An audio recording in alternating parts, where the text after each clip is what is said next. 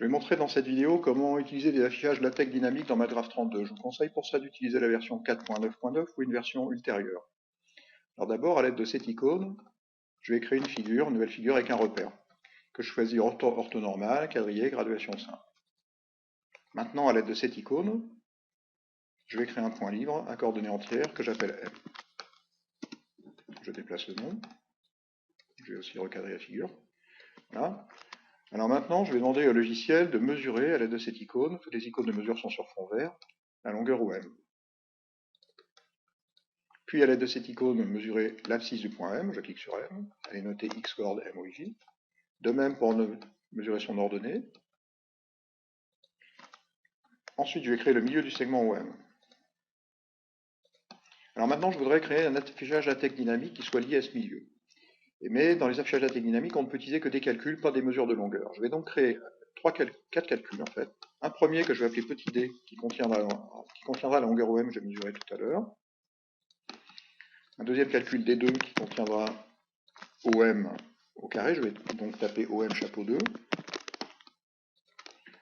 Un troisième calcul qui contiendra un nommé petit x qui contiendra l'abscisse que j'ai mesuré tout à l'heure, que je vais chercher avec le bouton valeur. Et un dernier calcul que je noterai y, qui contiendra l'ordonnée que j'ai mesurée tout à l'heure.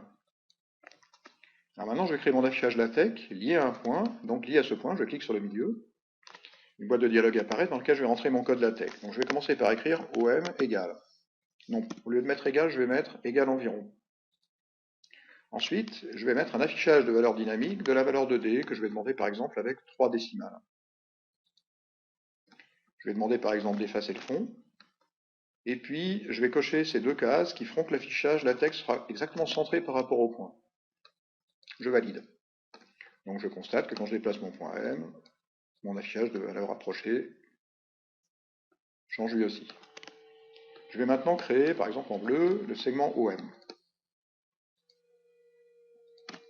Alors je constate que mon affichage effaçait ce qu'il y a dessous, mais le segment OM a été créé après lui. Si je veux maintenant que l'affichage LaTeX efface ce qu'il y a dessous, y compris ce segment, il faut que je fasse un petit reclassement d'objets. Alors j'appuie sur la touche F5 qui correspond à cliquer sur cette icône, protocole de la figure. Je vois que le dernier objet que j'ai créé, c'est mon segment, et que juste avant, j'ai mon affichage LaTeX. Alors je vais reclasser mon segment à l'aide de cette flèche, d'un pas vers le haut. Il est maintenant créé avant. Et je constate que mon affichage LaTeX maintenant efface bien le segment, puisqu'il est créé après lui. Maintenant, en haut et à gauche de la figure, je vais créer un affichage LaTeX fixe de 2 lignes. Pour cela, j'utilise une matrice de 2 colonnes, de 2 lignes, pardon, en cliquant sur cette icône. Alors là, ici, c'est la première ligne que je vais commencer par écrire. Donc par exemple, je vais mettre du français. Pour mettre du français, du texte, je clique sur l'icône texte. Donc la distance OM est égale à. Après ces deux affichages, c'est la ligne suivante. Alors là, je vais mettre des formules. OM égale. Je commence par cliquer sur racine carrée. Je vais mettre deux parenthèses, donc une première parenthèse, plus une deuxième parenthèse. Chacune de ces parenthèses sera au carré, je vais donc mettre chapeau 2.